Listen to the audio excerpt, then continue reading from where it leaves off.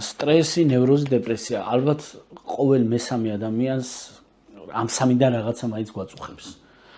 რატო ასე მომრავლებული ეს ყველაფერი და ზოგადად გაახალგაზრდავებული რატომ არის? იმიტომ რომ ჩემი მშობლებისგან მსმენია, რომ აი ჩვენ დროს ასეთი სიტუაცია არ იყო.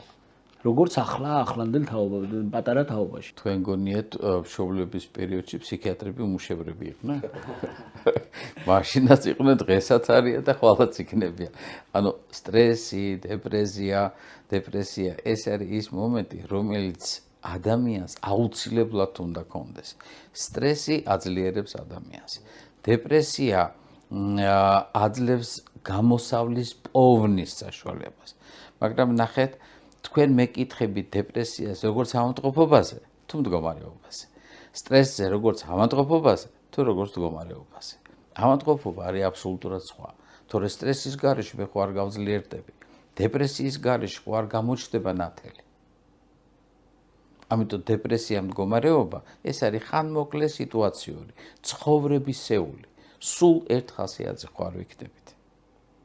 ასევე სტრესი უნდა მეტკინოს, რომ მე სიამოვნოს. მაგრამ ეს ტკივილი არ უნდა იყოს ისეთი, რომ გადავიდეს ავადმყოფურ ცნებაში. აი უბრალოდ ავიღოთ ერთ-ერთი მომენტი, ხო თქვენი მარჯვენა ხელი არის ამჟამად ეს კამერა, რომელსაც თქვენ იღებთ, ხო? კამერას მოყვება თავისი ელემენტი.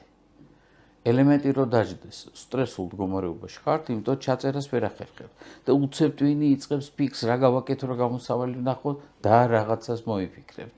ანუ სტრესმა წინ აქცია.